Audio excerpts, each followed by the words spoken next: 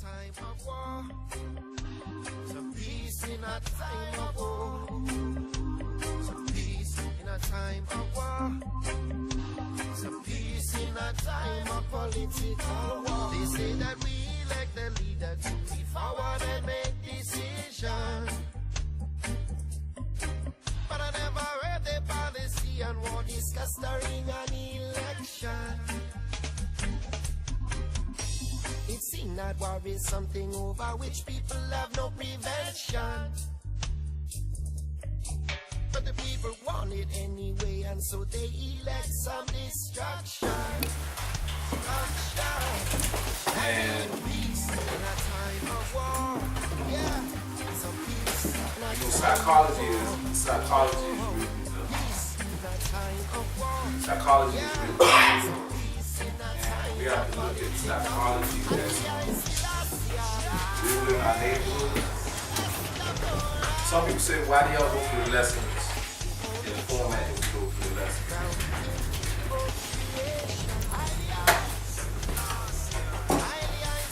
We go through the lessons in the format that we go through the lessons because it's called laying the foundation.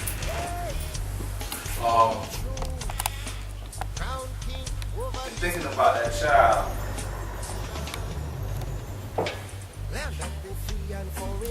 thinking about that child, I have to say, like,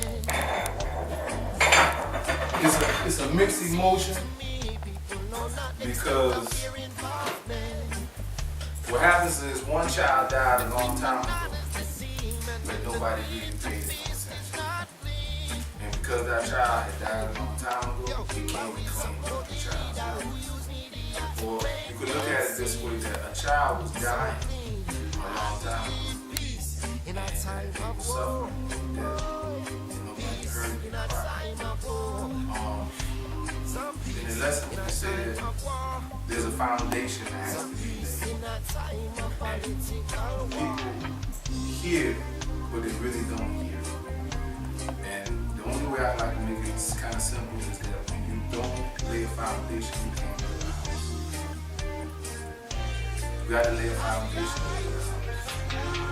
And if you don't have no house, then you're out in the cold.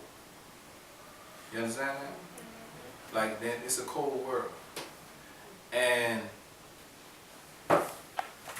as a young man that was lost or that went through the same inner pains or still goes through the same inner pains, when there's no house and there appears to be just a cold world, children will adjust themselves to be cold to withstand the cold. You know? If you have to get used to it, you might as well get used to it. You kind of understand that? So it's like, in the reality of life, our people have never been brought out the cold. Like, we got many organizations, we got many things that came out, but really, we still ain't came out of the cold because, you know, a house is a shelter of protection. Y'all understand that? A house is a shelter of protection. If you lay no foundation, there is no house. You got to lay a foundation to build a house. If you have not laid a foundation, you have not built a house, then there is no shelter of protection. If there is no shelter of protection, people feel unprotected. People feel desperate. People feel lonely. People are afraid and placed in fear. Now, I was just saying to them was that when we look at Africa, many people say, well, many of y'all studies and everything goes back to talking about Africa, but Africa has no power. Africa has no power because it has no infrastructure. Do you understand that? Well, it has an infrastructure, but it does not have a foundation for its infrastructure. Meaning the infrastructure is built on somebody else's foundation. Meaning that when you look at the African nations, if you say that they're poor and that the governments are suffering, it's because they don't own the gas line. They don't own the diamond mines. They don't own the natural resources. They don't even own the best farmlands. So what the European does, he's smart. He knows this farmland could solve the hunger problems. But he'll grow tobacco because this corporation is making money on tobacco. so that the tobacco is being shipped to Europe. You see what I'm saying? That he's making money. Then the money that he makes does not come back into Africa. You understand? But if African countries had owned their natural resources and they were selling it, or the people were buying gas from their own people, then that money would go back into the community. But that money is leaving Africa, going back into European banks to take care of European families instead of European wealth. So Africa is suffering.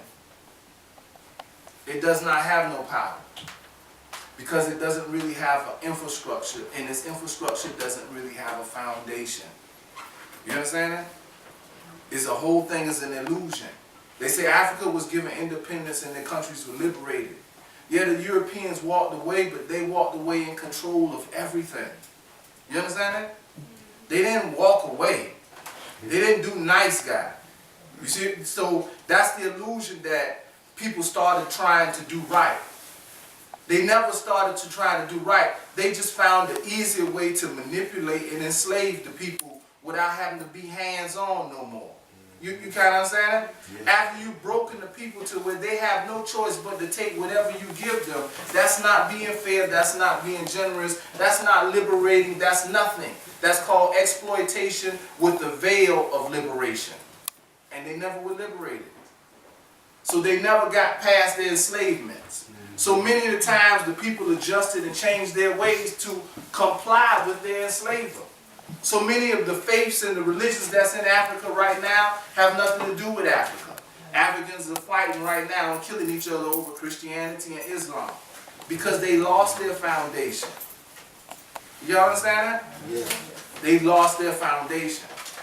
See, because we'll think, well, yeah, Africa, and if they ain't better off, and you see, keep talking this Africa stuff, why should it? See, our children's minds have been tricked because the adults have not properly investigated to be able to explain to the children that Africa has never been free. Africa still is not free. Africa is fighting, just as we must realize that we are under attack, and we're fighting too. Right? Right. So when we talk about this foundation, you talk about a house, and you talk about the shelter from oppression, you say, well, okay, well, Africa represents the knowledge that a nation must properly develop itself for its own advantage, because if not, it will be manipulated and made to perceive that it can't properly take care of itself, right? Okay, the black man is representative of the head of the government of the black family in America. But the black man is being degenerated and made to perceive, people are made to perceive him that he cannot handle and run his government, which is his home. And then people indoctrinate that into a system in which we call government programs. And then people mentally take on that mentality and they support it for years. Huh?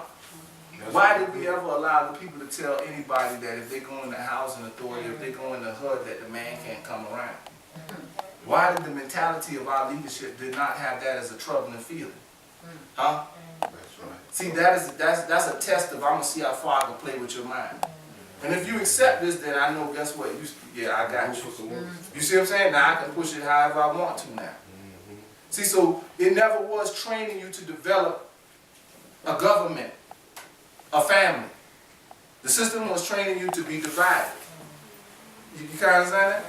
So when we come through the lessons, one of the first lessons of understanding that division is that we have to take back our mind and the definitions of how people have made us to see things that we have been led to believe are all right, but they're really not all right. Y'all kind of understand it? They're really not all right. No. See, foundation.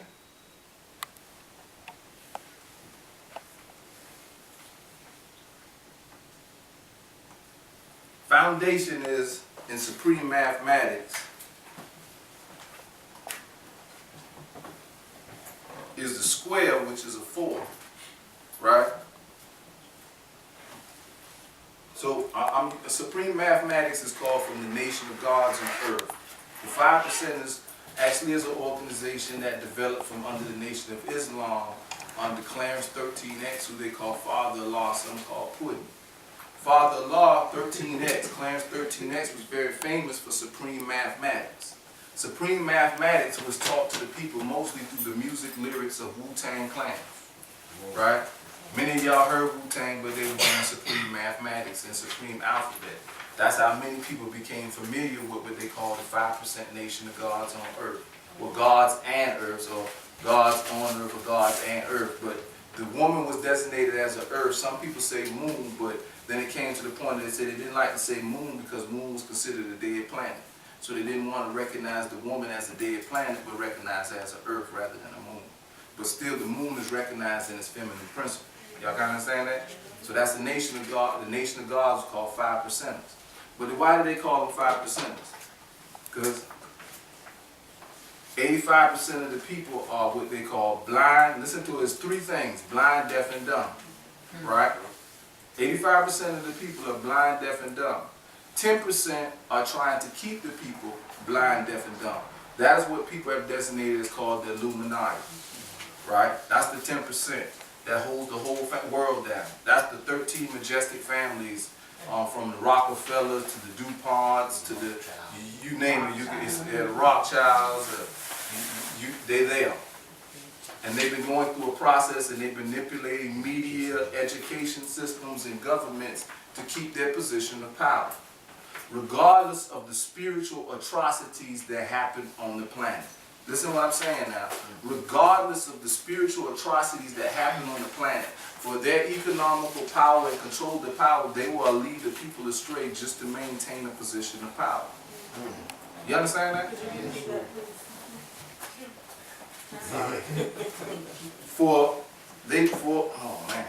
Spiritual atrocities on the planet. The Illuminati, what you call Rockefellers, the DuPonts, or what you call the 10%, which keeps the world down, they will manipulate the planet for their power and control regardless of the spiritual atrocities that take place on the planet. Meaning that they have manipulated knowledge and information, because certain knowledge and information automatically triggers the liberated minds of people. You see what I'm saying? Certain manipulation of history stops the people from seeking to move themselves any further in the future than where they are at in the present. Manipulation of the history and denial of truth of certain history will lead the people into a stagnated state. Meaning it's hard for people to move where they can't see a vision. You understand? Yeah. If people incorporate through the education system a vision of hopelessness for black people, that's what they do. They program you through a vision of hopelessness in schools, because they have not incorporated in our history nothing that shows us that we have the ability to come out of this atrocity. Nothing is educating us to make us feel that way.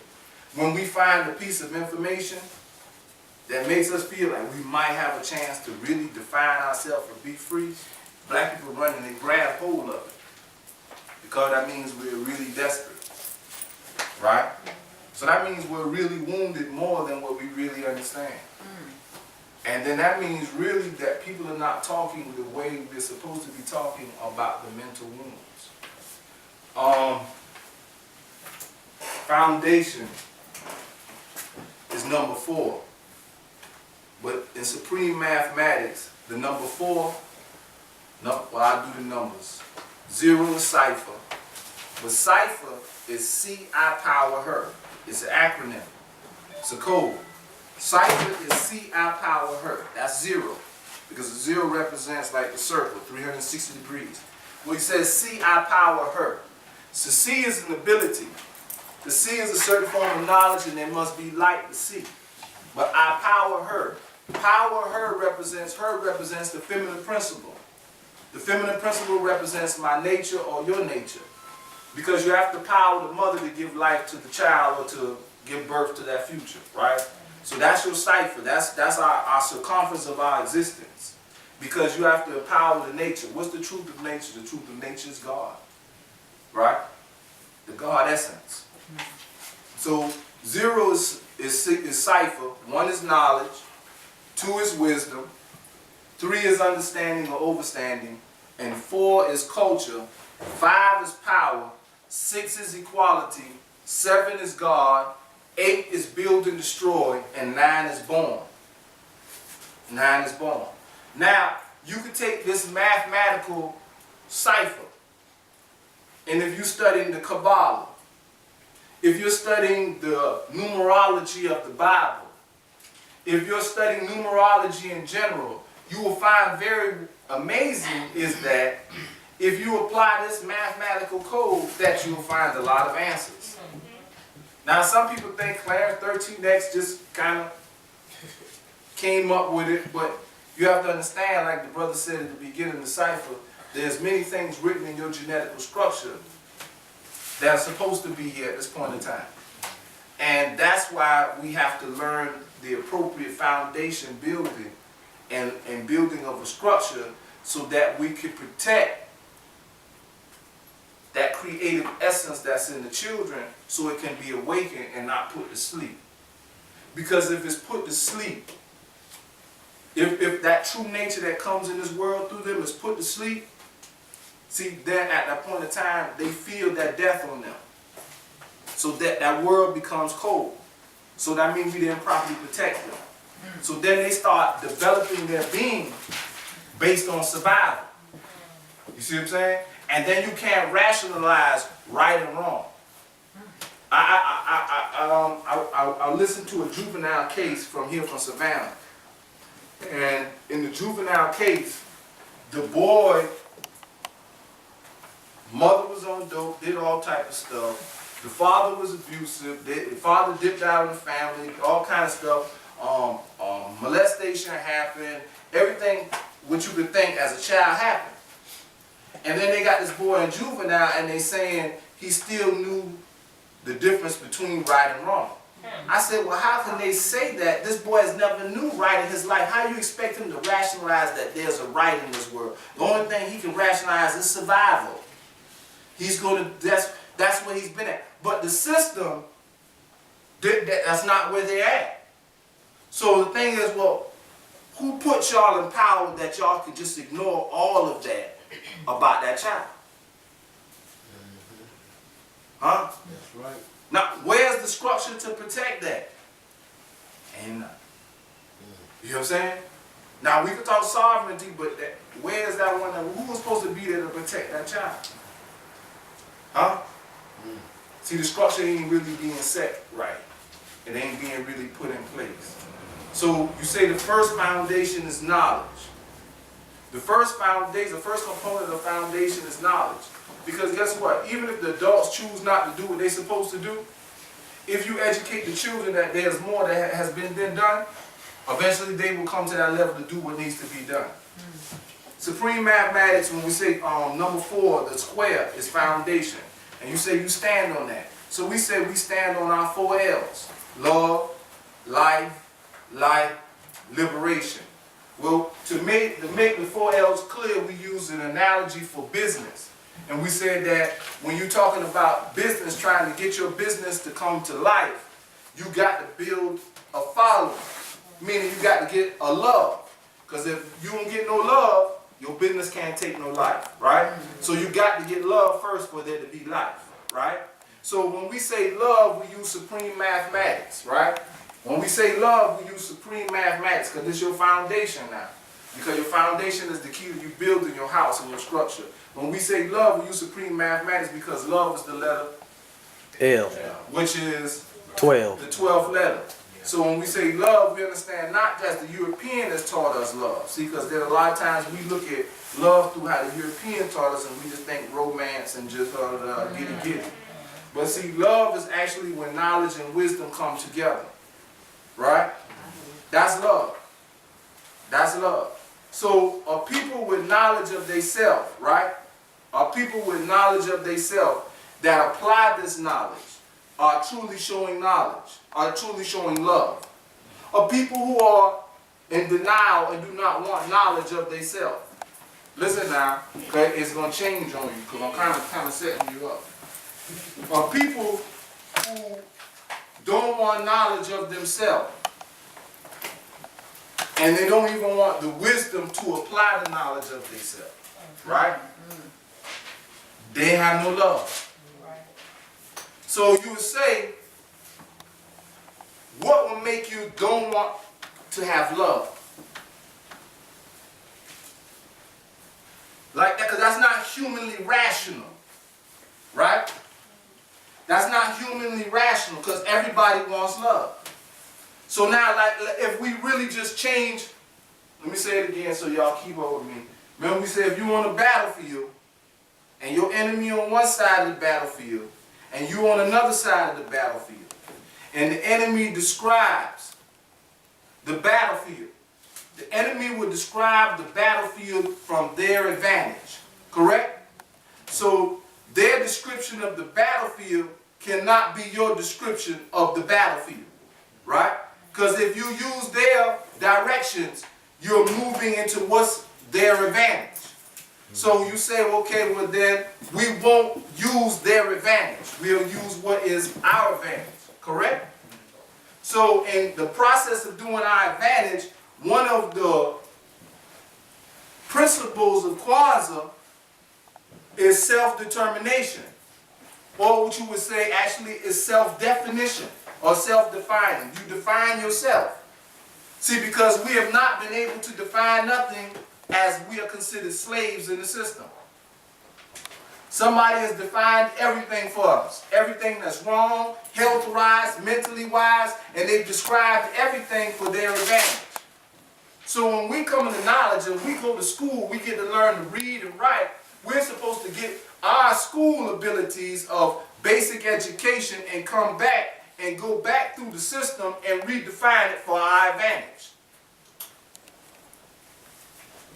Because if you ain't doing that, then you start fighting the war for your people's liberation. Because you started believing that you were liberated. Right? Or maybe you didn't start believing that you was liberated. Maybe you didn't want knowledge. Listen now, I'm going to show you this. When you're a child and you're in your room and something scares you, the first thing that you do is pull the cover over your head. Whoa! Why you do that? So that means that that's a mental symbol of fear. That's a mental symbol of fear. That's a mental symbol of fear. You don't want no knowledge of what you think about to come attack you. You broken. Really, because you don't have the ability to respond. Listen now, I'm using two words. You have no knowledge, you don't want no knowledge of that which is attacking you because you don't have the ability to respond. Ability to respond is responsibility. Right? So when you talk about it, you say, black man, y'all ain't being responsible. But then you say, if you talk about your history of your truth and the science of our nature, right? Many people will tell you, oh, I don't want to know nothing about none of that stuff right there. Oh, that's too deep, you're going to take me. So that means that they are fear, right? That's fear. So fear has made them reject knowledge. And if you reject knowledge, then you rejected love. You understand that? Yes, sir. See, so it's not like you can escape the judgments on the planet. You understand that? Like our people really thought that they could walk away from the knowledge of themselves and escape the judgment that followed. And in the book of Hosea, it told them, my people perish due to a lack of knowledge. And because you have rejected this knowledge, there will be no priest among you, and I will reject your children. Your children are going to suffer and die. They're going to die in these streets because the parents have refused to seek the appropriate knowledge to stop the perishing. You understand that? But see, knowledge and wisdom, right? Knowledge and wisdom, what did we say knowledge and wisdom was in the code? We went through a part of the Cypher, and we said knowledge and wisdom was something in the code.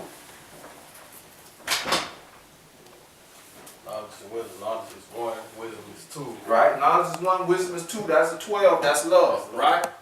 But we said something else because it's love, but we, remember, we don't make nothing flatline because if it's flatline, it's dead. So we know that everything has dimensions within it, right? So we had took knowledge and wisdom and we recognized that knowledge and wisdom was faith without works.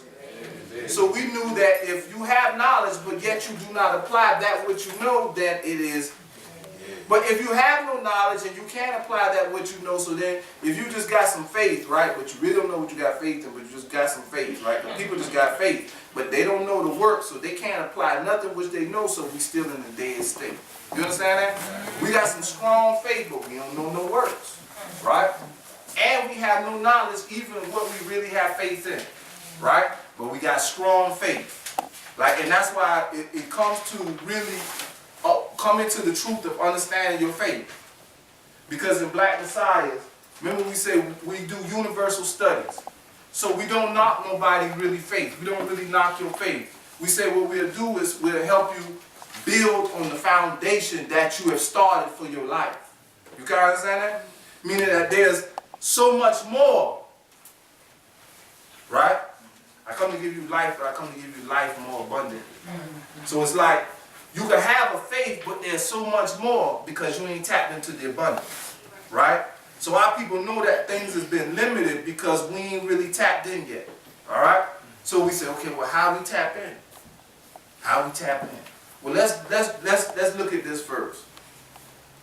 Because Savannah's in a state of emergency. Correct? Yes, sir.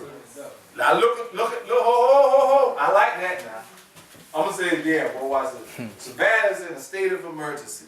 Yes, sir. Yeah, Yes, sir. Oh yeah, yes, sir. Now, somebody has defined the battlefield. And we agreeing with it. We agree with it. Well, Savannah's in emergency. Yep, Savannah is in a state of emergency. See, but state is a state of being, and state is a state of mind. Right? Right? Right. Now, the system is saying this. And we perceive it on a certain level. But it's more than just what the system is saying it is. You can understand that? So if it's more than what the system is saying, you have to look at it too. This is Savannah's a state of emergency. Savannah's a state of emergency. State of emergency, state of mind, state of being. Okay, well, what state is that emergency? Because we ain't got no state. We ain't got nothing. So what's that emergency now? You kind of understand that? Our neighborhood ain't never been right. So what's that emergency now? Like, okay? Because you ain't talking about our neighborhood. Because we've been saying, man, it's an emergency out here. But, you know, we can dial 911 and say, it's an emergency out here, please come. Man, you know what I'm saying? So who's saying it's a state of emergency? You got to say, well, what's the state of emergency? What's the call being made now? Right?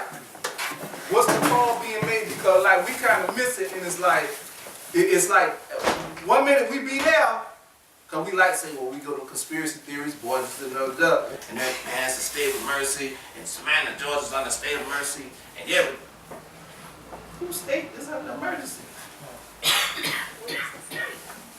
Right? Huh? Because they ain't coming in to save us. No. Right?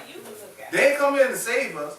Because if you get out there and stand in the street and say, you know, we ain't had no food in our refrigerator for 3 days, y'all want to come save us, now come save us. No, because they ain't come in like that. They ain't got no food. What you gonna say? Huh? What you gonna say? What they come to say? Thanks, not everybody. What they come to say? Their system. Right. Where did they see the emergency and you don't? Where do they see the emergency and you don't? You got to think now, where do they see the emergency and you don't? Their system is dirt and we don't have one that's dirt. At Right. least we don't see it as dirt. And they ain't going to announce on the news that our system's great. Because that ain't mean that. So what is the emergency? The emergency is really the possibility of all of these crises and situations that happen in our city, uniting everybody. Because really, that little girl is really starting to bring the city together in one voice. And that's really scary to know. Instead of frequency. Yeah. I'll tell you this. Look at this. We start off and we say,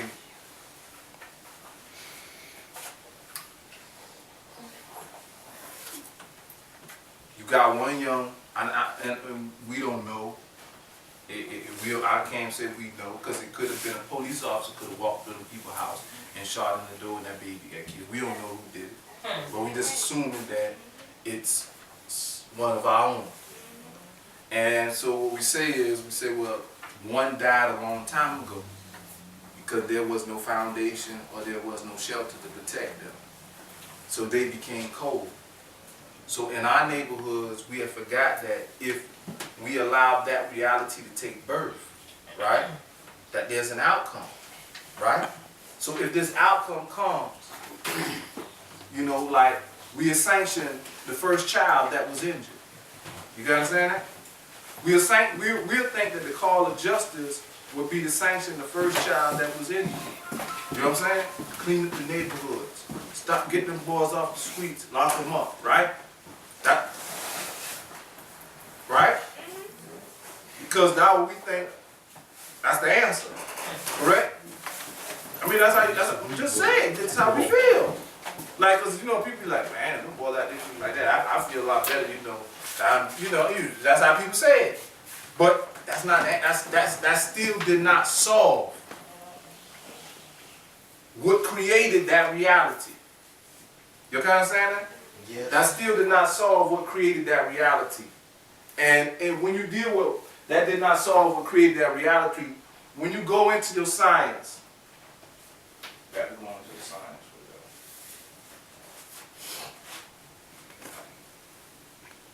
for that. When we go into our science, we say Genesis chapter 1 verse. I'm gonna say something real fast. Now y'all make sure to keep up because I got to say something. Then I got to do it. We got another demonstration to get something done. Genesis chapter 1 verse 26. When we usually start off the cipher, we start off the cipher with Genesis chapter 1 verse 26. That's why we start with that. It's called our foundation. We use that as a foundation. Why do we use that as a foundation? 1 plus 2 plus 6 9 equals 9. 9 is the born process, supreme mathematics. It's a born process, right? 9. So we are going through a birthing process, right? A birthing process. If man wants to reach the kingdom of heaven, he must be born again. Born again, right? Yeah. Be born again, right? Y'all ain't here, y'all. So you kind of think, you kind of really don't understand it, but you actually are birthed again, right? See, because now if you talk about, let me just show you this, and I'll give you some science, just make it simple in your thoughts that you may have made very complex. Let's say that they call Mary's birth for her child is what type of birth? Immaculate. An immaculate birth, where there was an immaculate conception, there was neither, it didn't have to have no man, right? All right, let's recognize this. Use the feminine principle, so you represent Mary, correct? As you develop and change your mind, right? As you develop and change your mind, and you develop and change your diet, right? Molecularly, you give birth to a new being. You understand that? And that new being that you give birth to was done between you and the Creator. You understand that? So the Creator came down into Mary, which is the feminine principle, which is your nature, and molecularly you gave birth to the divine being, or the Christ self, your own self. You understand that? So it's a birthing process. Like it's not as difficult as that, but you come into a certain amount of knowledge to trigger a remembrance in your genetical structure to start bringing you back to your original nature. You understand that? Or to not just so much as your original nature, but your original mindset. You understand that? Because your original mindset is more powerful than any hand or leg can ever be. You understand that? Your original mindset. So that is really, which is the enemy's task, is to remove the original mindset. Right? And the original mindset must be destroyed in the archives of history. So that will never be a part of the foundation of your learning thing. So Genesis chapter 1 verse 26 is let us give birth, let us create man in our image and our likeness, right? That's Genesis. Why we use the Bible? Because most people grew up going through the Bible and had questions through the Bible. Why also do we use the Bible?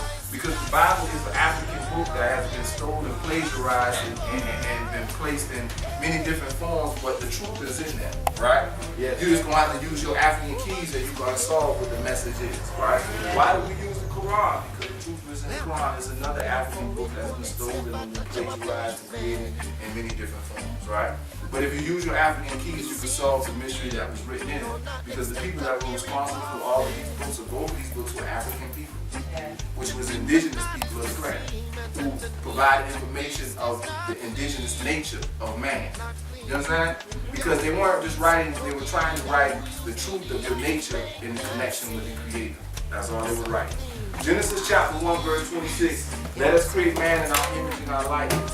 The term us in the Bible, in Hebrew, us is plural. So the word for God in that statement was not God, was not Elo, E-L-O-H-E, was not Elo, it was not Yah, it was not El Shaddai, it was Elohim. Elohim, at that point in time, the Elohim symbolized the 7 angelical beings, which would be Raphael, Gabriel, Uriel, right? So these 7 angelical beings are symbolized in another statement in the Bible is called the 7 spirits of God, right? The 7 spirits of God, the 7 eyes, the 7 churches. But then when we go into other science, we find out about the 7 chakras, right? So they say the 7 seals on the back of the book thereof. And we know that the 7 chakras are supposed to be located what? On the back of the spinal column, right? On your back. So that means actually you are the book of life. You understand that? You are the book of life. Now if you take from this book or you add to this book, you'll cause plagues and disease. Right? Right. So somebody, if they know how to genetically shut something off or take something off from you, they can cause you to have a dysfunction in your nature. Right? Okay, so there's a lot more to what the scripture said. Genesis chapter 1, verse 26, let us create man in our image and our likeness. The us, Elohim, symbolize the 7 spirits, the 7 bodies of man. Alright, because when we go back to Egypt, we go back to Kemet, you can go to Hindu studies, you can go to Buddhist studies, you can go to Islam, you can go all through every scripture and you will find out that the 7 bodies of man has been documented by all ancient and indigenous people and written about. And in the Bible, it was just another code. Because you got to think now, when the Bible is being developed, when you're coming out of the Hebraic period, these stories and this science has been handed down from thousands of years of traditions. So when you say, if you want to say Yahshua ben Panadar, right? Or Yahshua ben Joseph, which some people want to say was a Jesus, right? If you want to say that that individual was a part of the development of certain stories in the Bible, then guess what? At that time period, they were learning the knowledge of the Gnostic, right? The Coptic Gnostics and all of them was in that area, that they were also learning the knowledge of the Essenes. Now, the Essenes is also a group called Nazarenes. But when you trace the history of the Essenes and the Nazarenes, you trace them back to a group called Hasmoneans, right? Listen to the term Hasmoneans. The Hasmonean dynasty actually goes back to a word that names Alkhemist, which is the 18th dynasty. Alkhemist, the first of the 18th dynasty. Alkhemist, the first, is where the name Hasmoneans come from. So the Hasmoneans are actually descendants of the 18th dynasty of Egypt. But the Hasmoneans then became your Essenes and your Nazarenes. You understand? So that's mostly of your New Testament Christian stories. Now, that blood lineage for the Hasmonean dynasty or from Ahmosis and Nefertari actually is your Old Testament stories too, which takes you through the characters of King David and many of the people of Israel. How many of you heard of the Amarna letters? Amram, the Amarna letters of the 18th dynasty. When you read those letters, just go online, A-M-A-R-N-A. A-M-A-R-N-A. When you go online, just put the Amarna letters.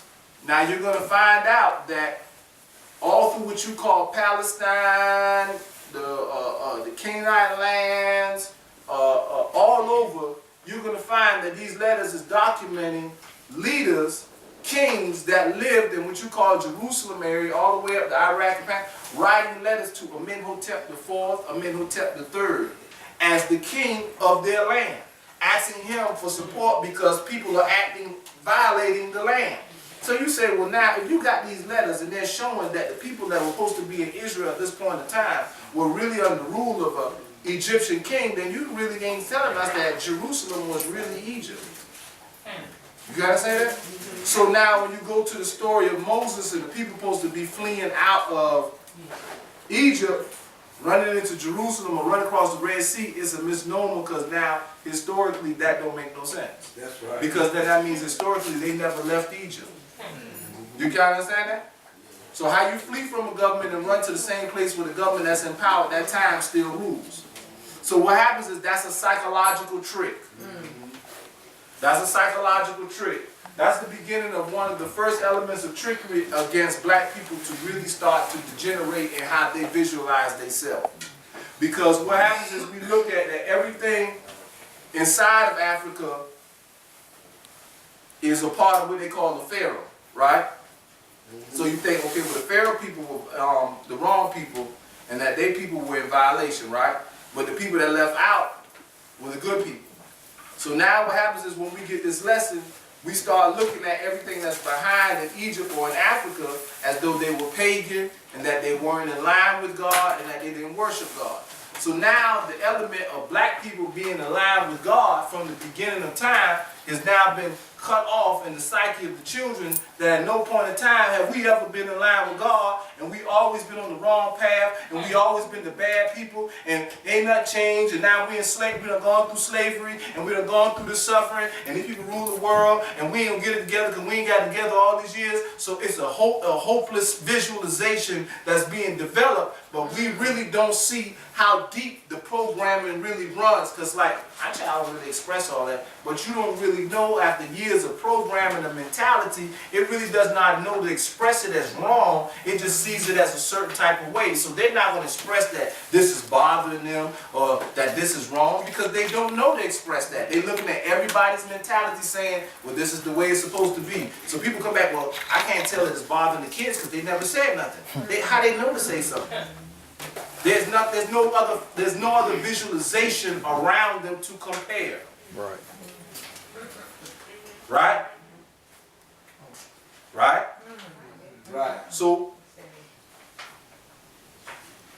when we go through that, then we start realizing that the biblical stories have a lot more meanings than historically as they've been portrayed to us. And when we go through that, we actually find out that historically, and the Jews have come out now, so you don't have to take my word for it. You can go look it up. The Jews have come out now and told you that historically there never was a man named Moses. And when you go back through the records, you'll go through to an archaeologist named Petrie, who shows you that historically that time period, that the temple and that everything they were going through was, and this brings us back to our study, actually is called the Temple of Hathor, which is the Temple of Het-Heru. And the Temple of Het-Heru means house of Heru or house of the hero. You understand that? So, and in this process of the people that they were worshiping, or what they tried to say, when the European comes back and says, well, they were worshiping a female deity. They were worshiping a woman. Right? Because the priest rites were all dedicated to Hathor. But now, many of you, I don't know how many of you watched the videos with Asher Kwesi. If you go back and you watch the videos with Asher Kwesi, A-S-H-R-A, Kwesi, K-W-E-S-I, Asher Kwesi. He's a master teacher. He takes many trips over to Africa. We're going to try to get somebody to see if he would run a discount with our organization to probably give us a cheaper trip to Egypt. I know everybody would love to probably take a trip, right? So Asher Kwesi actually exposes that the symbol of Hathor, I'm just going to show y'all this because the symbol of Het-Heru of Hathor is throughout all Christian paintings.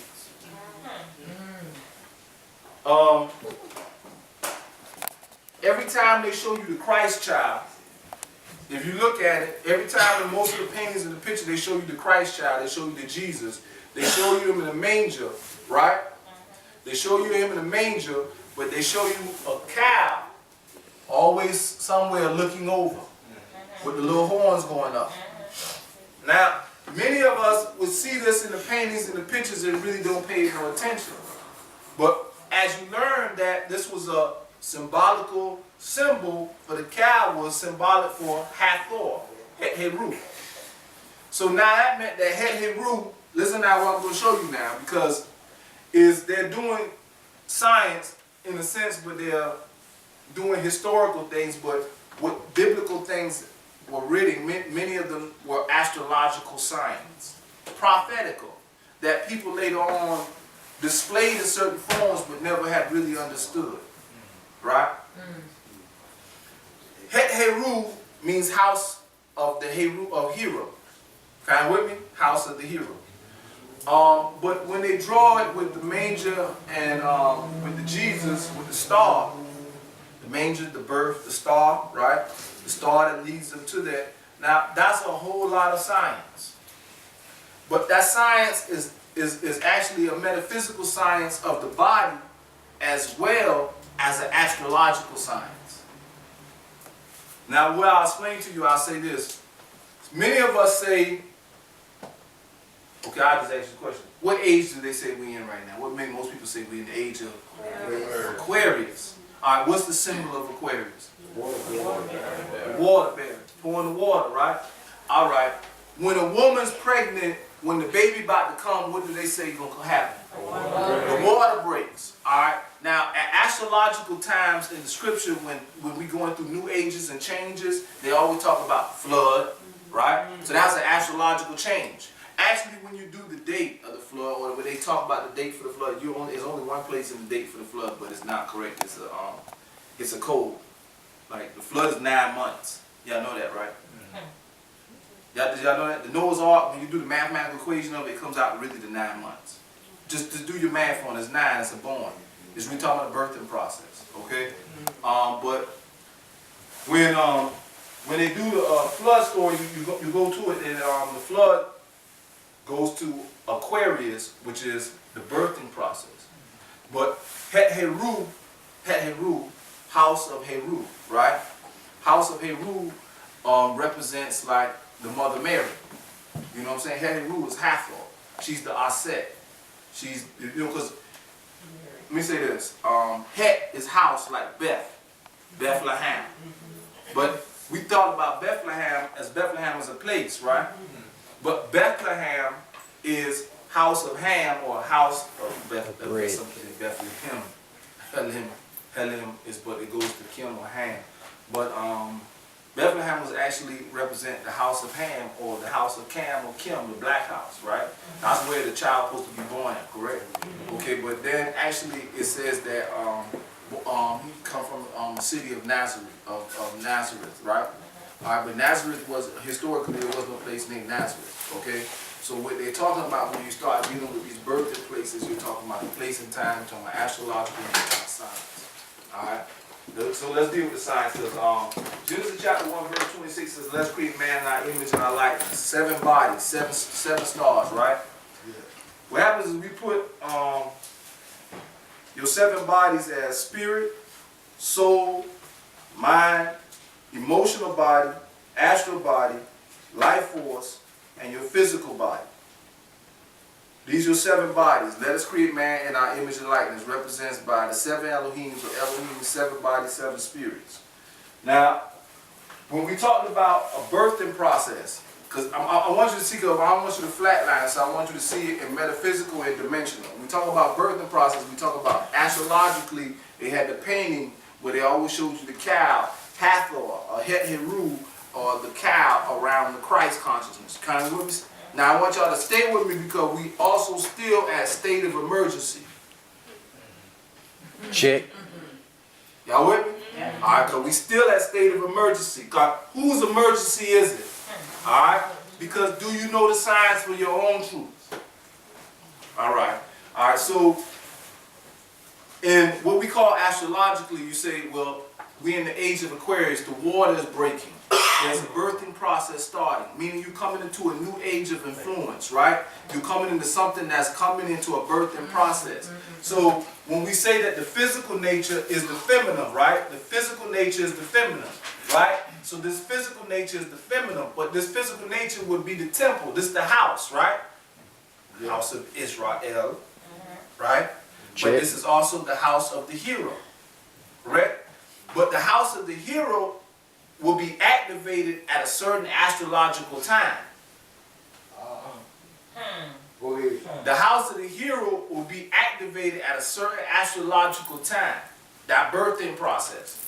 Now, when that flood is starting to come in, that consciousness is going to come in like a rapid, raging force of water that's going to destroy a lot of things until somebody lays the infrastructure to allow it to flow through. Y'all understand that? Yeah. Do y'all understand that? Okay, so now, when we look at state of emergency, we say, okay, who's state of emergency? Because, see, they recognizing the flood coming in. And there's a massive wave of changing consciousness of young people that are rebelling, that are upset, that they will kill and murder right now because they just can't take it no more. So that means that they are determined that the change must happen now. It's not gonna happen tomorrow. They can't take it no more. It's you done push the genetical structure to the point, and guess what? Right now, astrologically, guess what they knew? We from coming to what's called Hathor, the age of Hathor. Not the age of Aquarius, but the age of the house of the Heru. Meaning that the genetical structure will start awakening to its ancient memory. And it's going to start giving birth to those gods and goddesses again. Just as I am, so shall you be. There's a generation that will not see death until this time has come. See, they're not just talking, it's for real. Like, so now when the generation comes, people get afraid. Because that means that the state of mind or the state of being that the system has in place is now under attack. It's an emergency. It can't hold these Negroes no more. Their mind will not allow it. Now we can try to trick them with certain illusions of money for a minute, but they don't realize that's not the answer. They already getting there. Your rappers, even though you say they talking crazy, many of them are saying some very deep stuff. They caught in an illusionary world, but they saying some very deep stuff. Because it's that time now. It's like when we recognize it, then we say, okay, then my people is actually ready. Tupac came, but the reality of Tupac, the system wasn't ready to accept him. Like the mentality, the consciousness of the world wasn't ready to accept him. What happened is years later, young white kids and young Asians and all over the thing have already accepted this. See, so the consciousness of the people is actually to the stage where they're ready to accept it. So you can't stop an idea whose time has come. Like, it's nothing they could do. See, so it's like they will trick us and get us off our stage because we be with them saying we're in a state of emergency. No, you adopting somebody else's advantage point. Get on your job and lay your foundation and build your infrastructure. Get the knowledge of yourself because the time is here. The children are not where they used to be years ago. They are ready. You got to give them something else. If you can't, they're going to look at, that's why the teachers in the classroom going crazy. They can't, I can't give you children. Your mind, they see the children's natural genetical structure. See, you know the old man, let me say this because me and this old man had a conversation. I got to say this. And it took me off too because I got to say this. This is for structure, for foundation. And we say you have to always look at everything through the lens of alchemy. The alchemical process. In alchemy, the first element or the first process of change is through fire.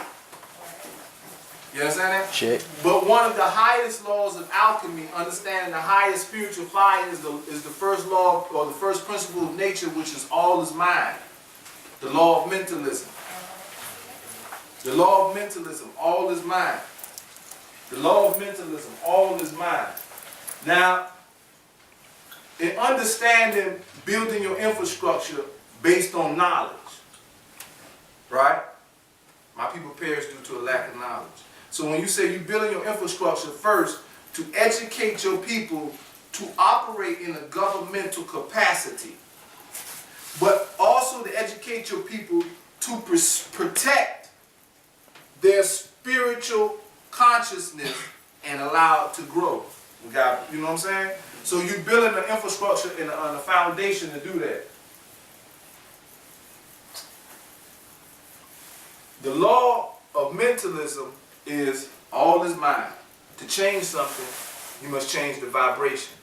But to change the vibration, you must change the mind. Right? You know, in the Matrix, he said, don't try to bend the spoon, bend your mind. You guys understand that? Like, the spoon ain't even straight anyways. You the one looking at it like it's straight. You know what I'm saying? Just see what it is, and then understand now is, that's really what it, but I ain't going too far. Don't confuse yourself with this process too much in a sense, because as the science, because I want you to understand, because there's more to it, but I don't want you to kind of get in understanding what they call mental infusion. I'm giving you a word because I don't know no other word to give it to y'all for. Mental infusion, meaning that our mental thoughts create a fire. You understand? It's like a friction.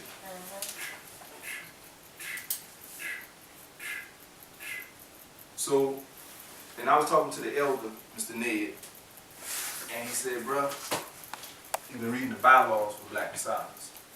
He said, man, when y'all first came, I kind of debated with you, but I got it now. And he made an observation that I never orally stated, but he made an observation, was an alchemical observation.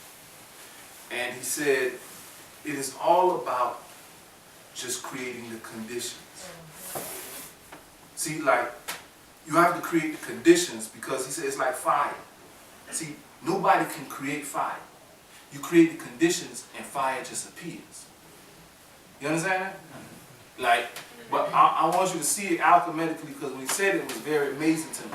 He said, because you just got to create the conditions, and the fire will appear. You like, you don't create fire, you create conditions. Dry, heat, boom, fire appear. Right? Check. The fire appear. So I said, wow. Create conditions and fire appear. Fire is the first alchemical process of change in a sense. But I said, well, no, hold up. In the chemical process of alchemy, fire is the first change, right? But see, now when you're also doing with mental alchemy, then that will mean mind will be fire. Right? Y'all with me? Check. Now, mind can't be fire, but then mind may be fire. Change the Because condition, now change there the was mind. symbolical symbols that led me to understand that mind could be fire. Now, first, when we did the symbolical test through the Kabbalah, Kabbalistic, that's why you got to study the Kabbalah too. If you read the Bible, you got to study the Kabbalah. In the first combination is when we did the historical test, we found out that the man Moses did not exist, right? So now we're going through this Genesis chapter 1, verse 26. We're dealing with it as the man is the body and the seven bodies, but we're going through the Kabbalah. So when we go through the Kabbalah explains to you that Moses is a metaphysical symbol for the letter He, which is, the letter He has a numerical value of 5. But Moses is the symbol of the mind, right? Because the mind got to go up in the mountaintop, right? But what happened was, we didn't understand the mountaintop per se, because we didn't know how to really perceive the mountaintop. Because some people say, well, Moses was going there talking to a UFO. And there was some aliens that came down, and the whole thing tell you that it was a ship, and Moses went up there. So I said, man, I know you want to believe in UFOs, brother, but Moses ain't no real person, so what you talking about? I know you want to, but well, so what are you saying? So I'm listening to him what the description is, right? Because now it's a chariot of fire. But see, the story of Ezekiel, right? In the book of Ezekiel tell you about the chariot. Ezekiel tell you that the chariot was surrounded by the 4 beasts. And it was the wheel within the wheel. So the brother said, well, the wheel within the wheel is the ship. Y'all with me? Y'all with me? So we did a lesson the other day, right? Ezekiel. So we said, well, darn, Ezekiel took us to the chariot. Because, you know, they keep talking about Moses with his chariot. So we said Moses went up into the mountaintop. But before we go to Ezekiel with the chariot, now sometimes we go to a part where Ezekiel helps us with understanding temple building. Now, the basis of our lesson as Black Messiahs is we have a booklet that's we getting fixed up the right way, but the basis of our lesson is called temple building. Meaning that we recognize that ye are the temple of God, right? That you are the temple of the Most High. Just as I am, so shall you be, right?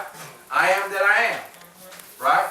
Ye are God's, children of the Most High, Psalms 82, right? So we recognize that you're a temple, so we understand that there's a process that must be done to the temple, right?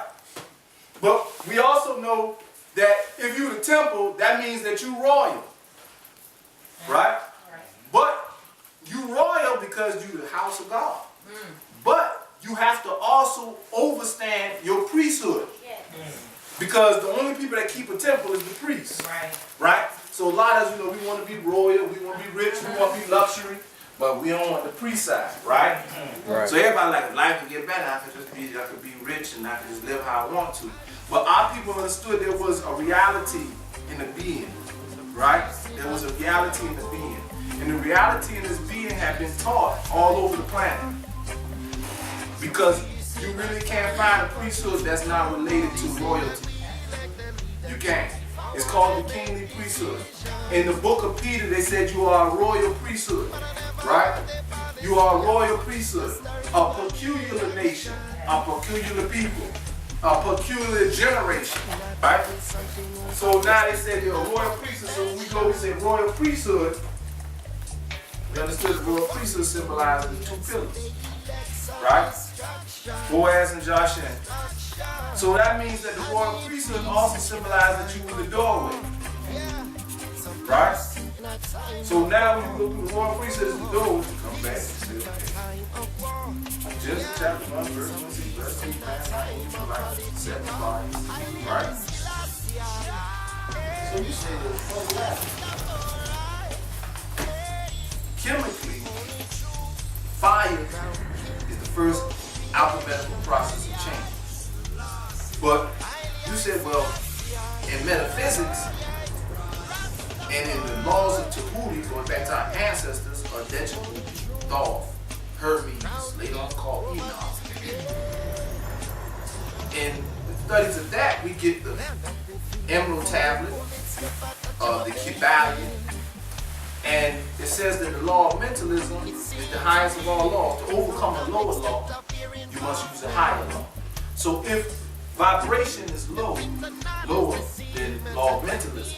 So if you got bad vibrations, to overcome bad vibrations, you got to apply the law of mentalism, a higher law. See what I'm saying? So if somebody putting bad vibes on you, you can't allow the bad vibes to rule your mind. Because then your higher law, you don't let them rule with the lower law. But if you understand that they come at you to buy bad vibes, you keep your mind up here, you say, well, I use my mind to overcome these bad vibes. I mean, I ain't gonna let them outthink me, and I ain't gonna let you outsmart me out my piece, right? See, because really that's what you're coming to do. So I'm gonna use my law of mentalism, basic law of mentalism, right? So I say, okay, well, the law of mentalism. So that means the law of mentalism was actually a form of war. Right, because I use it to defend my vibration. But if I allow to get my vibration, it's going to correspond to everything about my nature, right? Because then I got them laws, right? Vibration, cause, and effect, right? So now I'm learning, okay, well, my answers wasn't wrong. Because now if I understand that, I can defend myself a little bit more. So now when I go through the Kabbalistical scriptures and they tell me that Moses symbolized the science of the mind, right? And they say that Moses went up into the mountaintop to do what? What did he went in the mountaintop to do? Commune with God. To do what? Commune with God. So that means that the mind. So now you say, why our children have a problem in school, right? Why they have a problem in school? Huh?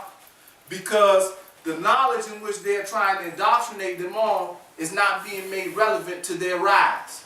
That's right. You understand that? Right. It's being relevant to their demise. But you want them to sit in class and be honorable students and just accept a slap across the cheek and turn to the other side and say, well, I'll let you slap me for junior high, and the next year I'll let you slap me for high school, and then when I get to college, I'll let you slap me on the other cheek again, and I'm just keep taking the slap on the cheek. See, but the children ain't taking the slap in school no more. Once they get into school and they vibration senses that this is something to attack, they mental then rejects everything. See, that's genetically embedded in them. But we'll beat that out of them. You do right in people's school. I'm gonna tell you no more. Y'all give a damn what your teachers are saying. You gonna do right. So now we done beat them into where they stop listening to the genetical voice that the Creator has written in them. Right? Now listen, because what happens is the measurements of a man is the measurements of an Angel. which is 144 cubits. That's Revelations, right? That's talking about New Jerusalem. But New Jerusalem shall descend out of heaven to earth. So you know, I hear a lot of people say, one of the last days I'm going to heaven. Well, bro, if you're going to heaven and heaven's coming to earth, so you gonna miss the ride. So I don't think you're going there, right? That's what they telling you, but you don't read the book. Everybody says, I'm going up to heaven. But they say heaven was coming to earth. So if you're going to heaven, I don't know where you're going. You know what I'm saying? So you say, okay, well, New Jerusalem shall send down to earth, right? As a bride. Remember, a bride. Listen now, because it's the key. Because New Jerusalem shall send out of heaven to earth as a bride made herself ready. Now, if you create the conditions, fire will appear. See, in the last days, so you got one judgment come with water, new judgment come with fire. Right? But we don't understand what that fire is. We don't. We really don't know what that fire is. What the fire is? Judgment coming, the whole world will burn up. Huh? You know what? Matter of fact, the whole world will burn up. I ain't even want to see no more. I always say, I ain't even want to see no more. You know, people, you got some people, you talk about Revelations, oh shoot. You talk about demons and some more stuff, and they rhyme. Hey, man, you can't believe in God. You can't. Speak. Right? Speak. You can't. There's no way you can believe in God. Speak. I follow, I got my Savior, and I'm just, man, we started reading Revelation, you got scared to death, and you was like, oh, can't take no more, some things I don't need to know, don't have to know. That's not God, that's not God consciousness. That's a broken slave, right? See, that's called the, you know, in Galatians, that's the debtor and the freeman. You see what I'm saying? That's the debtor and the freeman, because if you're bound in fear, you ain't free, you're a slave, right? You're not free. So, you get to this, you get to the Moses story. Oh. Y'all done took my mind. Y'all got good vibes, so I ain't mind letting y'all take my mind. I ain't had to defend it. But when you get to the story of Moses going to the mountaintop, it was given to us in a theory that later on somebody took from us and made us think that it was bigger than us. This theory is actually called the Pythagorean theory. But you know formulas, Pythagorean theory is a squared plus b squared equals c squared. Right? So now you see I put a 3 and a 4. Why do I put a 3 and a 4? Now we're going to deal with our science so we can understand. I put a 3 and a 4, so I put the 4 down here at the bottom of the base, but I put the 3 right here at the top, right? But the question is, what is C? So this is A, this is B, this is C. So the question is, what is C? So that means if I'm down here at the base, I'm down here at this point. You understand that? I'm at this point. So really, that whole symbolism is this. This is the 4. This is the 3. Meaning my higher nature, spirit, soul, and mind, is the highest nature. But I'm down here in the 4, right? But I want to figure out how to get from here up to here, right? So this is where the Pythagorean theory tells you that if a squared is 3, the higher is 3, and the lower is 4, a squared equals 9. 3 times 3, 9. That's squaring it, right? When you square something, you multiply it by itself. Then 4 being squared would be 4 times 4, which is 16, right? So I got 9 and 16. So, but it's A squared plus B squared. So 9 plus 16 equals 25. 25. Now listen, I'm going to say this. It's wisdom of power, right? Wisdom of power. Meaning this is the applied power, God. right? But 25, the square root of 25 is what? 5. 5. So that tells me that C is 5. So if I know the measurements of the higher nature is 3, and the measurements of the lower nature is 4, but I want to know how to get from lower to higher, and I do the Pythagorean theory, I go A squared plus B squared equals C squared, so that 9 plus 16 equals 25, meaning that to get from the lower nature to the higher nature, it will take 5. Right? 5. Here we go. 1, physical body. 2, life force. 3, astral body.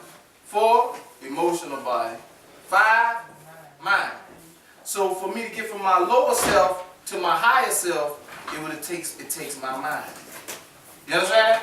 So now if my people have been trapped into a lower nature and enslaved in a lower nature, and based on the science and the knowledge of self, I know this is happening. I can't think that if I just feed my people, we're going to be all right. I can't think if we just get some civil rights, we're going to be all right. I have to understand that they've been trapped in a lower nature and that we must regain our mind to get back into our higher state. Right. Otherwise, we ain't going to do nothing but breed lower state beings. And if we breed lower state beings and lower state things happen, then what are we supposed to do? So then we say, okay, well, that's not the battle. So the battle is for the mind.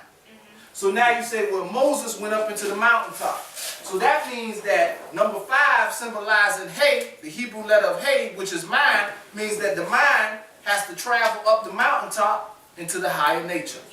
So that means that the mind is what communes with God. You guys understand that? The mind is what communes with God. So in Ezekiel chapter 43, verse 12, Ezekiel gives you the answer again. Ezekiel says that the most holy place is the mountaintop. That's the mind. That's right. And he said, teach unto the children of Israel all of the measurements of the temple. And it shall teach them of their iniquities. Meaning that if you don't understand the science of your nature, that's the violation. So like if you want to save them, you want to give them life, teach them the measurements of the temple. So the whole book in the Bible was always about constructing the temple, protecting what was inside of the temple. But if the temple, if the knowledge, see, first you didn't get it in one story, so they had to take it and put it in another story. They said they still didn't get it in that story. So you got to give them another story. So they said they still didn't get it in that story. So now they give you to another story, the Jesus story, because Jesus represents the hero. Right? He represents the hero. But he represents the ultimate love. Right? Because no greater love than do you have than he would lay down his life for his brother and sister, right? Greatest love. So he represents the greatest love. What's the commandment of Jesus? Love thyself and love thy neighbor. Huh? So it represented love, but we still see, we look at European love, right? Because now you got to think about the consciousness that's written in the scripture. Because remember we talked about it last time when they said they go to Jesus, say, well, Jesus, they go to your mom. He said, well, who's my mama? They do my father's work. See, if they ain't do my father's work, they ain't nothing. And we ain't family. Right? But it wasn't that he didn't love his mama. He was teaching them a conscious state. Like, don't run up on me like that. I ain't no regular, I ain't think I'm on a mission. You know what I'm saying? There's a mission to be done. So this is the mindset. So really this is the mindset now. Why was this the mindset? Because now what you have to understand is that if you look at the story with Jesus or Yahshua, what they use is they're telling you that at the time period is a people trying to reclaim themselves and reclaim themselves from an enslaved position. The Romans done took over. You know what I'm saying? So the mindset was a mindset that had to exist, right? So that represents your hero. That represents your Christ consciousness, right?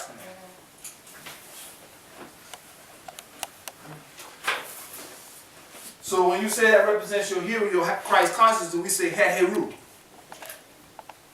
Heheru, the house of the hero. Say Heheru, the house of the hero. So now you say Heheru, the house of the hero. Who's the house of the hero? So the house of the hero comes into effect. So astrologically they say, okay, well, did you know that planet Jupiter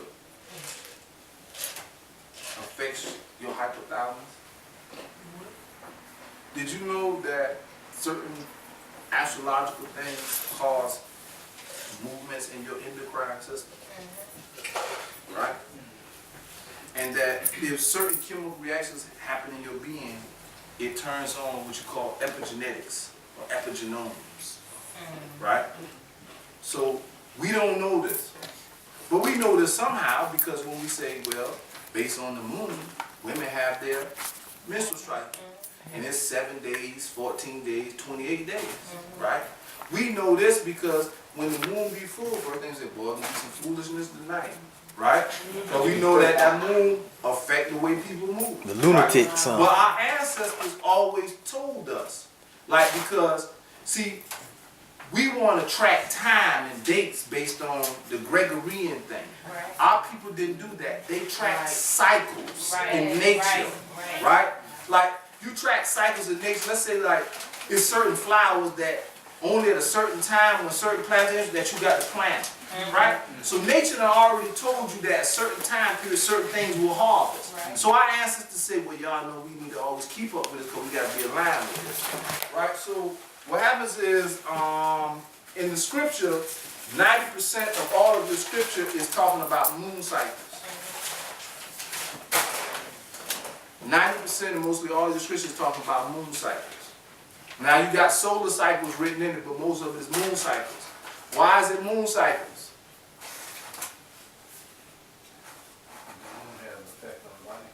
Huh? It has effects on the body. Now look here. Now remember what we say now. If you create the conditions, fire will appear. But now, let's say there's always appropriate conditions. It's not always, but when appropriate conditions come in place, you have to have knowledge of them, right? So that you can apply that knowledge. But what if somebody got you like this? You don't see that knowledge. Because astrology is a pagan and it's against the Bible and it's sinful and all of this, right? We say, well, that don't make no sense. Because the only one thing that we know that's for real, that the Creator gave us, that's nature. So the minute that we say we won't look at what the Creator gave us, is at that point in time, we don't want to hear what the Creator got to say. Oh, okay now. So it's like, okay, well, the Creator's saying we're supposed to be doing this right now, right? But if you reject it, then the conditions ain't gonna come. But then what happens is the conditions came last year, but the mind wasn't there.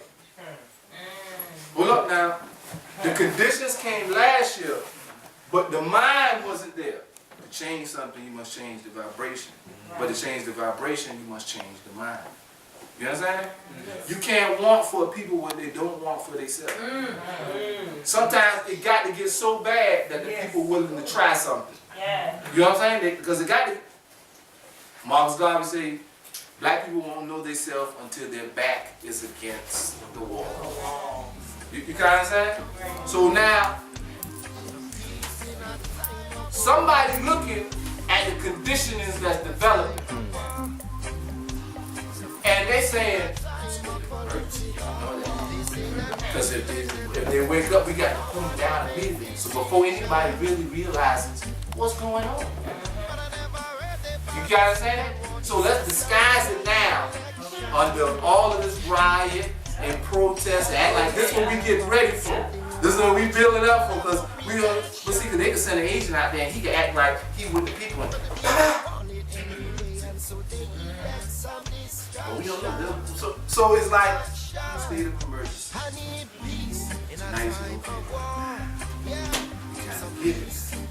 Change something, you must change vibration, you change vibration, you change mind.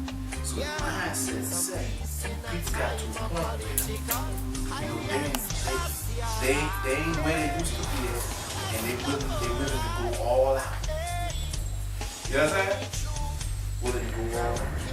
Now, for our youth, and for the people that talk to our youth,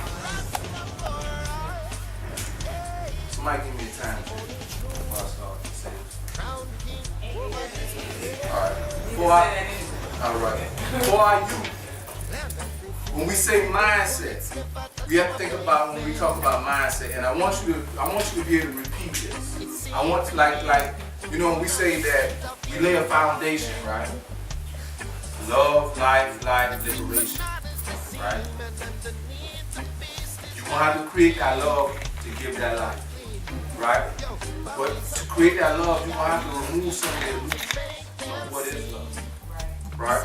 You're gonna have to remove some of the illusions of how the enemy has visualized the advantage, how the enemy has made us take their look of life, and we're moving their advantage. So what happens is, if we can't speak the science, we can't speak nothing, because the brother said at the beginning of the class that everything that we did was inside, right? You don't even have to have knowledge of everything I say. But there's a genetical thing in you. That's a resonant vibration. And that energy vibrates at a certain level. And if I say something that's an essence of truth, that vibration will touch you. See, then it'll hit the resonant vibration that you got, that's your truth. And you'll know it. So it ain't like you got to understand everything, because some things you could just feel it, you know it. You see, you kind of understand that? Yeah. So, and that's what we said, when the children go into a classroom or something like that, it's like we don't recognize the subliminal attack. You can understand? You got, I'm going to say it plain, you got old souls coming in right now that had been on some different missions and times than us. Right. And like some of the infestations that came from the newer souls that have been trapped in the newer stages of slavery that came in. See, those old souls coming in, they didn't get all of that. You understand that? But they coming in now. See, so it's a different breed. It ain't like, you know what I'm saying? It's a different breed. So it's like we got to really say, okay, what's it? We got to pay attention to what's going on. Because now we're going to say it again, the measurements of a man is the measurements of an angel, which is 144 cubits, which is the measurements of the wall. But can you read the writings on the wall? Because the writings on the wall was about being found, weighed, and balance. All right. So now what happens is we get to higher self, lower self. Higher self, lower self. Let's create man in our image and our likeness. Why we deal with the 7 bodies? Because the 7 bodies represents the science of yourself. Now I'm getting back to closing out, but so I want you to catch all of the little symbolism to study on. What I do is give you keys so you'll have a reason to really study on all of these different things. Now, we said Ezekiel, right, talked about the chariot. Correct? Correct. And then we talk about, like, the story of Moses was talking about, like, there was this chariot of fire that was coming down, but Ezekiel said it was the wheel within the wheel. And it had 6 wings, and, you know, and it turned every which way. But Ezekiel described the 4 beasts, right? The other day we did the lesson, right, that the 4 beasts, well, let me do this. I got to say this because everybody not familiar with it. Let us create man in our image and our likeness. And the us is Elohim, which is the 7 spirits, the 7 bodies of man. So we say man has a spirit, a soul, a mind, an emotional body, astral body, life force, physical body. In Genesis, it says, let us create man in our image and likeness. But man was given dominion over the fishes of the sea, which symbolize water, which is emotions. Because your emotions are what? Up and down. Fowls of the air. Fowls of the air symbolize astral body. We tell people that if you ever had a dream where you felt yourself lift about your body, you was astral traveling. Then you woke up, you kind of pulled yourself back in. You took an astral trip just for a little minute and you pulled yourself right back in.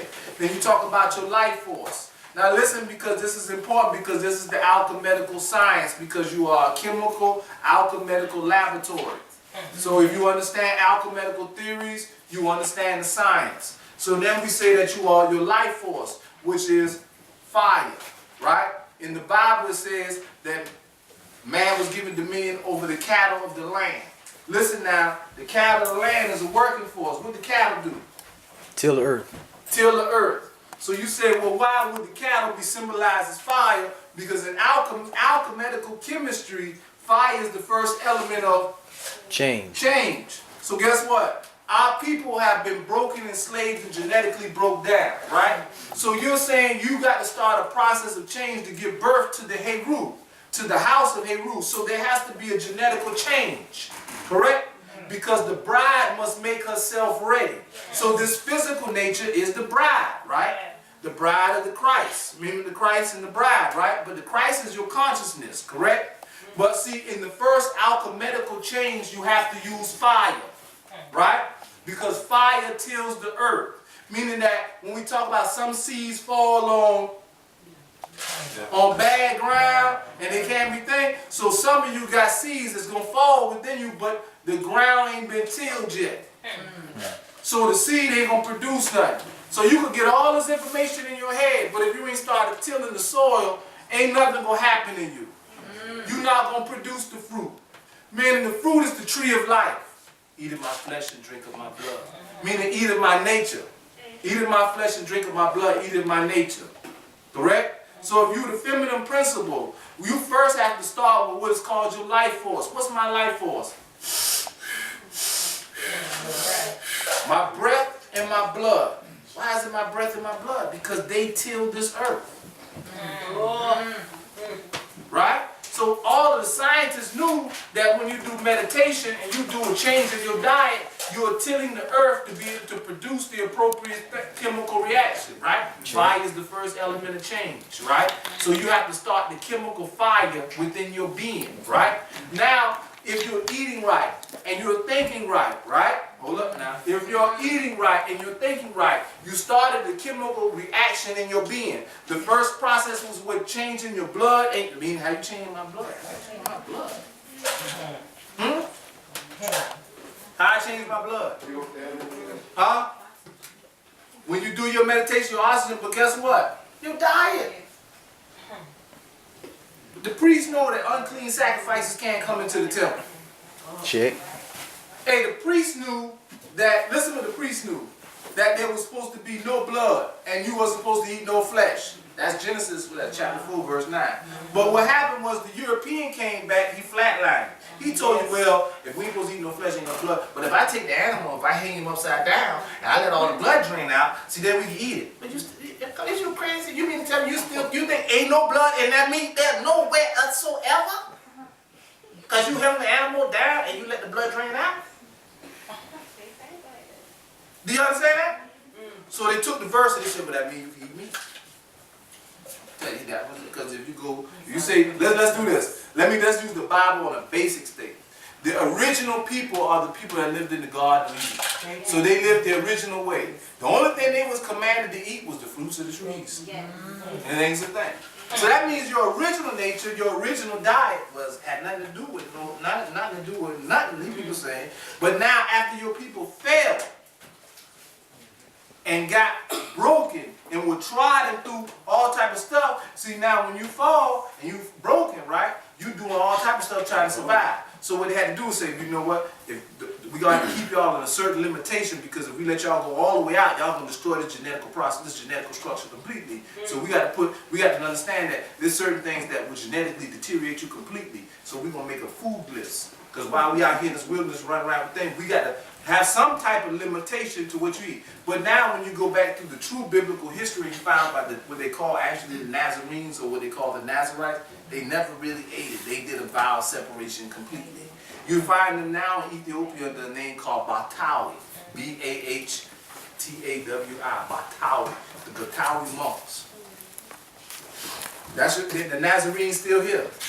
Like, you know how people tell the story, like on the planet, like all the characters and all of the groups gone? No, they still here. They just down in Ethiopia, been in the years, thousands of years.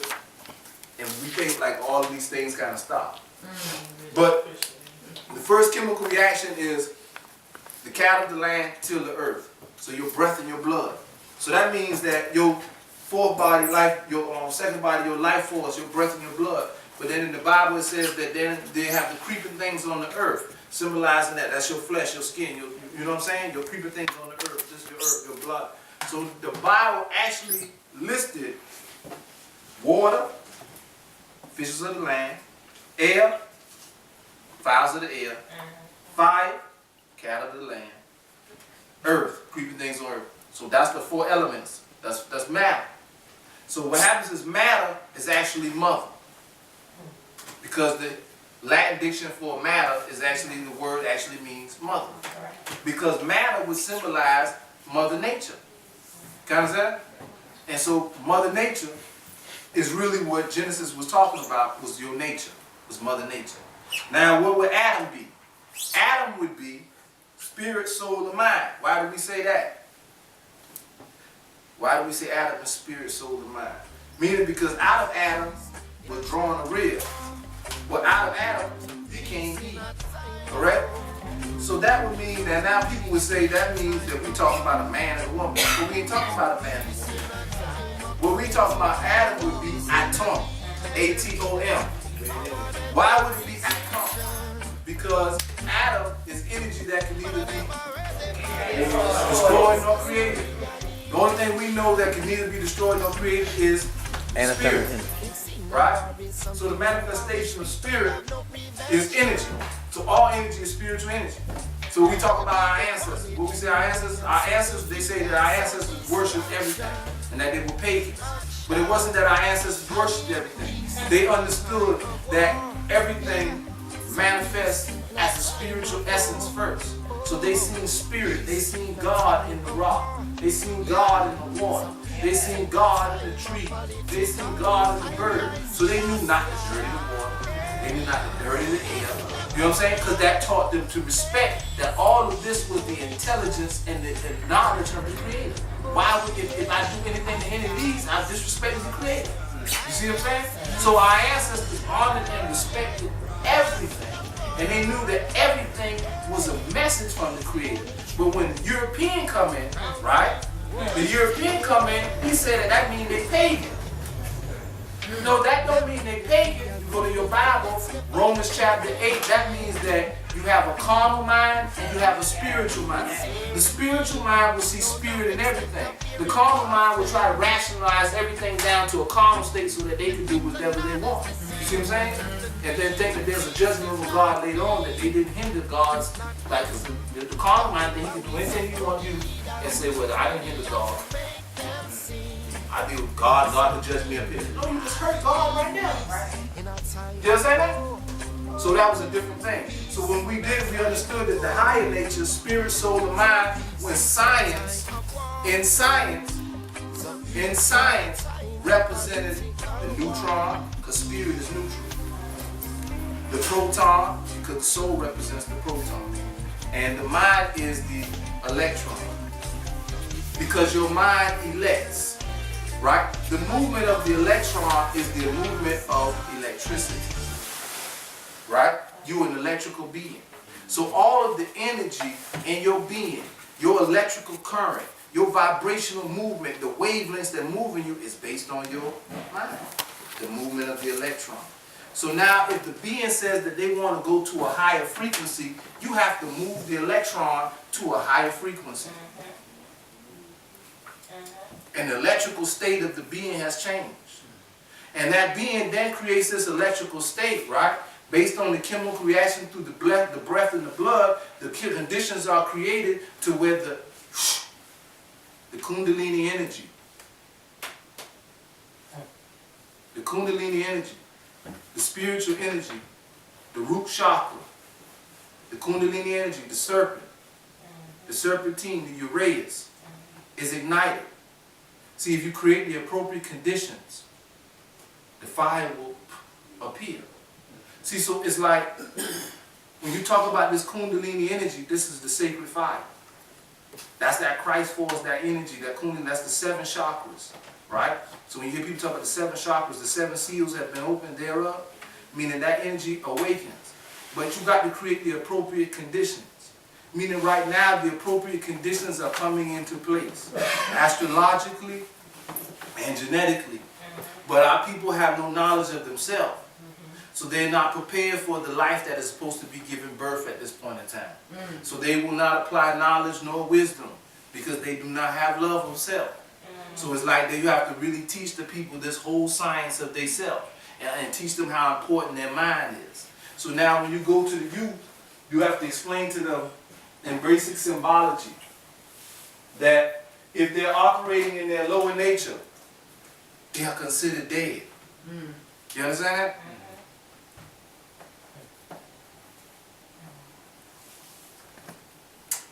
And this symbolic of the lower nature being 4 actually goes to my name, Lazarus. See, Lazarus was placed in the tomb for 4 days. Symbolizes the 4 stages, the 4 bodies, right? But the Christ consciousness has to call Lazarus out of the tomb and tell Lazarus to take off the clothes, the mummy clothes, and unwrap and remove the wrapping from your eyes. So that means, like, see, you separated as 2 people's story, but the Christ consciousness is your highest consciousness. That will call you out of the tomb, out of your dead state. But you have to create the conditions for that fire to take light in your children. You understand that? You have to create the conditions for that fire to take light in the children.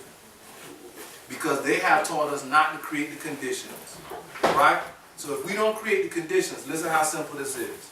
I did all that just to tell you this. If you don't create the conditions, then you have never given the children love. Like, then we wonder why our neighborhoods are so cold. Because we ain't never expressed love. Like, without that knowledge, without that wisdom, there is no expression of love. And then that means that the mountaintop has been violated, the most sacred and holy place. And so our people become sufferers because we don't know love. We have no knowledge of love.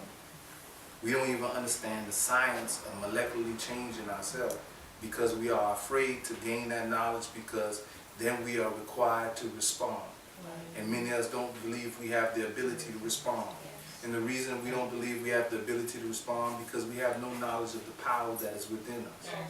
And that when we come to the knowledge of the power within us, then we have come to our rightful mind, which is 5, which in supreme mathematics is the number of power. See, so when they took our mind, they took our power. So if you say you want your people to be powerful enough to respond to anything, you must give them their power back, which is their mind. So any movement, any organization that tries to move before their people have their mind back, they are moving without any power. So we say as Black Messiahs, the first essence of knowledge is to return the people their mind, and then you have a powerful organization.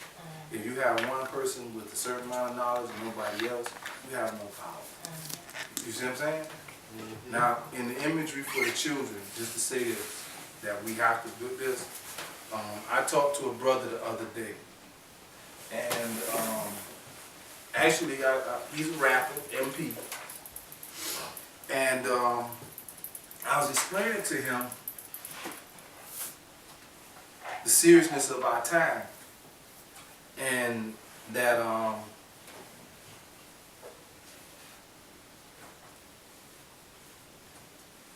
when we look at life, we have to look at life through our science. And I gave him the analogy of a lion and a hyena.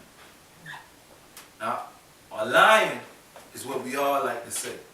Yeah, I'm a lion, boy. You know, every man likes to say, well, I'm a lion, I'm a ruler, I'm a king. And the women say, I'm a lioness. Y'all don't do no hunting. We do the hunting. Y'all sit back and we with it. Y'all, you know, that was, if y'all just watch, you know, I don't know, that happens around there. So the lion and the lioness. But the thing about the lion and the lioness is that the lion and the lioness, see, they won't eat dead. See, they won't eat dead. See, the lion and lioness, see, they're warriors. They're warriors. But the hyena, in other words, they eat dead. And the hyena run around all day just giggling and laughing like everything all right. The hyena make you mad. But the hyena will eat on anything dead. So I was building with the brother and I said, well, when we talk about being warriors and lions, see, a warrior, he wants to face that living foe. That lion, he gonna face that living foe. The lion ain't gonna go find that half dead in the pasture. But what happens in our neighborhoods, in our streets, right, is our people have been made to be scavengers. vampires, used to living in a dead state. So what happens is in our neighborhoods, hyenas have been given titles like lions. See, because a lion, a warrior, he gonna face that formidable enemy correctly, right? Not with fear. But see, the hyena ain't gonna do that. So what happens is in our neighborhoods, we got brothers running around, they streets, they thugs, they warriors. But they will attack the half-dead. See, because in our communities, if you have no knowledge of self, you pretty much is you dead, you dying. You understand that? You're not really, you have no foundation. You have no house of protection. You don't have no, you have no, you know what I'm saying? You dead. You in a lower state. Somebody done put you to sleep.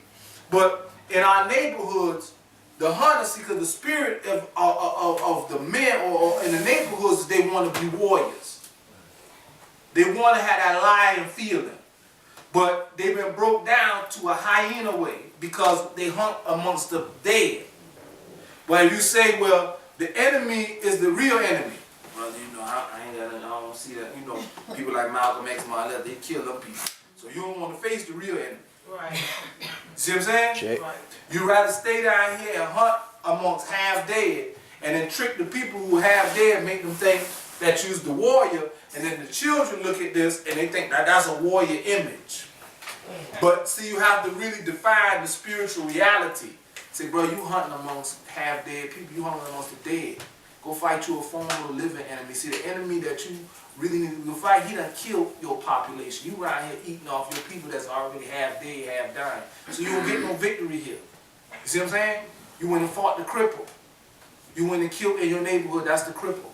You didn't go fight the real enemy. Because if you go fight the real enemy, what do you feel gonna happen? The enemy gonna make you be a warrior. You know what I'm saying? So they say, okay, the enemy gonna kill something. So really, that means that you are really fearful. Right? Check. You're fearful. So it's like we have to really teach again to our children the reality of what's fearful and what's not fearful. You see what I'm saying? Because what happens is that imagery can get by in the streets and the neighborhoods because it was allowed to exist, and what we subliminally said was our way of just getting by without no problem. Right? Listen now, and this is a close so you can understand this. The minute our people, we did a class. Y'all remember Uncle Joe? Oh, yeah. Mr. Joe? Uncle Joe, well, I did a class and I talked about like everybody in the neighborhood. This was the question the older person asked, and I'll ask it to you, then we'll close out with it. Everybody in here has a family member that was hung. And if you ask everybody in here, what's the name of that family member? Nobody gonna know. Nobody gonna know. But black families don't take that as odd. Because what happened is, the family member that got hung was like an Uncle Joe who, when the man came by, he wouldn't drop his head. It wasn't no yes sir, it wasn't nothing, because he wouldn't compromise. You see what I'm saying? He said, I won't compromise none of my integrity for them, regardless if you gonna kill me or what. He gonna have to do it. So what happened was Uncle Joe had the spirit of the uncompromising integrity in the black community. But everybody else said, Uncle Joe, you can't do that. You're going to make this man mad, and you're going to get all us, and you're going to get killed, and Uncle Joe said, y'all fools, I'm a man, I'm going to be a man, and I'm going to walk how I'm going to walk, and if the man will try me, he's going to try me. So next morning, when the family wake up, and they see Uncle Joe in the tree, they say, oh, we told Uncle Joe, and guess what happens? Is now, instead of teaching the children about that uncompromising spirit that Uncle Joe had, they teach the children to just do what you got to do just to get by. So once the enemy forced us to give birth to this psyche, see, mountaintop, so holy, once you place it there and you start to give birth to it, it will wreck your future if somebody else is controlling your decision and what you place up here. So once we push that compromising spirit into effect, now everybody just got to the spirit of do what you got to do just to get by. Huh? Do what you got to do just to get by. Because now that means the spirit of fear was ruling our people. And we would just have to bow down just to get by. So now once that spirit was ignited in our people, guess what? How you going to tell the next generation not to sell drugs just to get by? Because you done put the spirit out there, do what you got to do just to get by. Just don't make that man mad. Huh? You can do whatever you want to do in your community, do whatever you got to do just to get by. Don't make that man mad. So now, once we started that realization in our neighborhood, then when we get to a stage that the youth and everybody is used to living with that fearful spirit, right? And so we hunt amongst the dead, and we just do little, you know what I'm saying? Like that's how we live. We live in a vampire life. We live in a graveyard type of mentality. We placed ourselves there, and now that the spirit is living in our neighborhood, people say, well, what happened? Why are we like this? And you say, well, we gave life to that spirit. We actually planted that seed. And so now we say, okay, well, the conditions is prepared for a new generation's mentality, and you got a group of younger people now who have the spirit where they need this knowledge. They can't, like, you got to give it to them now. So you say, okay, well, the elders, we coming into power now, and we coming into certain knowledge, and most of the elders, all us want to do is get our sovereignty and be able to ride with a flag and a tag on the back of our car and tell the people that you can't pull me over. I'm sorry. That's where our mentality is at right now. And you look at the people, you say, well, darn, you don't create no infrastructure to protect your power. You know what I'm saying? And then it's like, if you look at the technique of the enemy, how he dissuades you and gets you caught off in artificial little trickery trying to convince him to work with you on paperwork, we say, well, damn, we still need a school. Like, if anything, the first honorable thing with any movement would be is to construct a school. Because if you say you're saving and you're fighting for the future, that's that's the first declaration of sovereignty, is to reclaim the children's mind. That's it. And like in our foundation of Black Messiahs, we say a Cypher, warrior scholars. And it comes from the brother's book, Baruti. And Baruti actually agreed, actually agreed that he wanted to come here and do something with us. So we're going to get him to come down here and actually lead us in a male's rites of passage. I think the female, the sister serpent kind of got theirs together with Dr. Akua Gray. Has anybody kind of followed up with her about the program she was saying for Sacred Woman Rights? Okay, well we need to kind of get back on that, and then we need to go ahead and set up for the men on their rights. But like we told the brother is that we have to realize the difference between hyenas and lions. And recognize like the hyena image is what been perpetuated in our neighborhood. And brothers think you're a warrior because you can warlord in your neighborhood, but we have to really say, brother, you fighting half dead. Like nobody in your neighborhood, none of the young men, your gang bang, whatever, you can't even say that's a real enemy because all y'all crippled. You know what I'm saying? Ain't none of y'all got no power.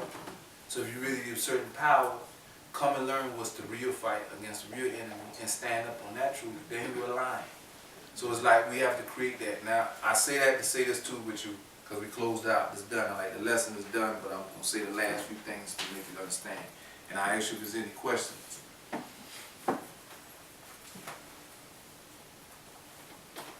We got a big meeting coming up this week. And I'm really happy because it was good news for the day. We did our agriculture program meeting to bring everybody up to date on that. We did our agriculture program meeting, and we did it with establisher, and we pretty much going forward with also working with the village in South Carolina, the African village, for doing some stuff with them to get familiar, prepared for going into this agricultural program. The agricultural program will be for children and for adults to teach you how to do organic farming and teach you the business end of it. Meaning, like, you know, we got to create businesses, we got to create grocery stores, we got to create everything. So we're not blind saying we're just going to learn something, we ain't trying to build businesses. That's one of the first things we understand is that we're going to have to build the economical blueprint to sustain us. And I'll say some other stuff. 5-year plan, so some of you kind of understand the ideas with Black Messiah. 5-year plan is to purchase, at least our 5-year plan is to, at least in the next 5 years, to purchase at least 20 acres of land.